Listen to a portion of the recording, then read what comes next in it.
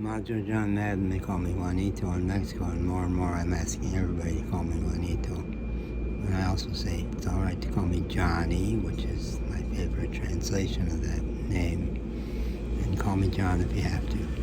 And I said to a new business associate the other day, a really sweet woman, I said, Catch you on the arch. okay, catch you on the flip-flop. I was just about to talk about her. Heather. Heather is my favorite homeless person here in Brownsville, Texas, and I've run with the homeless people. I've had a mission to homeless people for a long time. Back in Chicago at one point, I, as a psychologist, spent my Saturday mornings working at a long-term shelter for homeless women. And then in Asheville, North Carolina, where I lived from 2004 to 2020, my best friend in the seniors building where I was living was Diana, who was a Mexican. She had been, holy cow, garbage truck.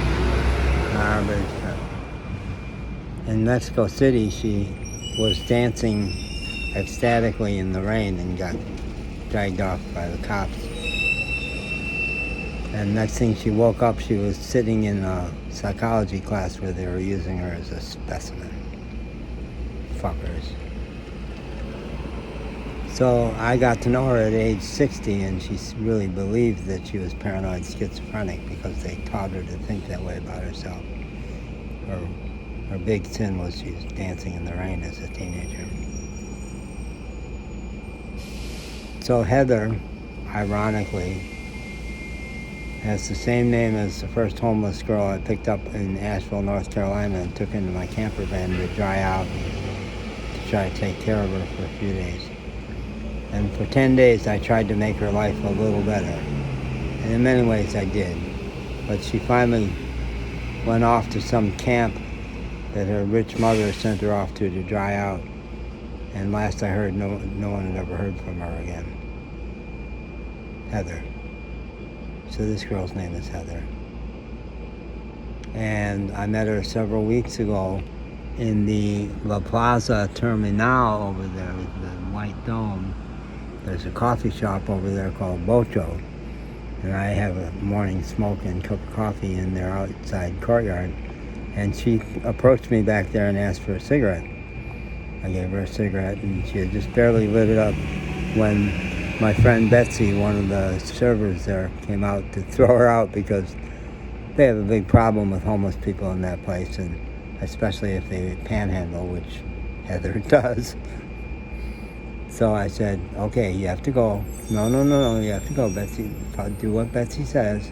But you just lit my cigarette. I can't smoke my cigarette in the terminal. Give me the cigarette. I'll hand it to the fence. So she came around and I gave her the cigarette. So I keep encountering her, and she has obviously such a good heart.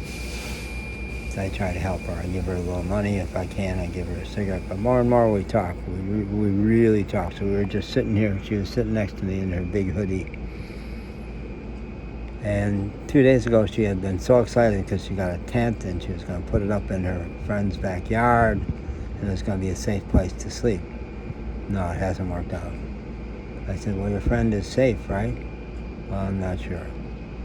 So I said, the key thing is to get you safe. We have to find ways for you to feel more safe. And with me,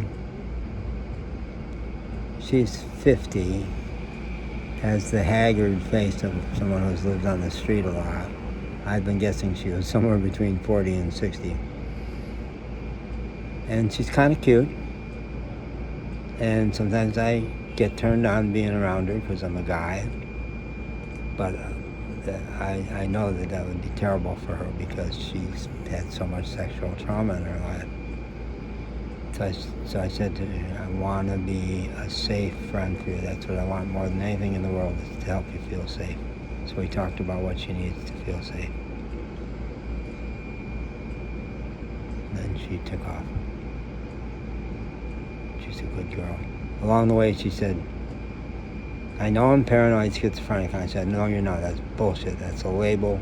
You are much bigger than any label. Don't believe any label. You have tons of trauma. If there's a psychiatric diagnosis for you, the only one that makes any sense is post-traumatic stress. That's true. Me too.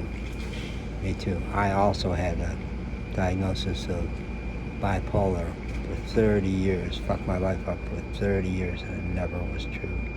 It was all trauma. So any label you believe about yourself, whether it's ADD or too intense or any bullshit, don't accept any label. You contain a multitude in you. You are very complicated. We all are. But you're a child of God.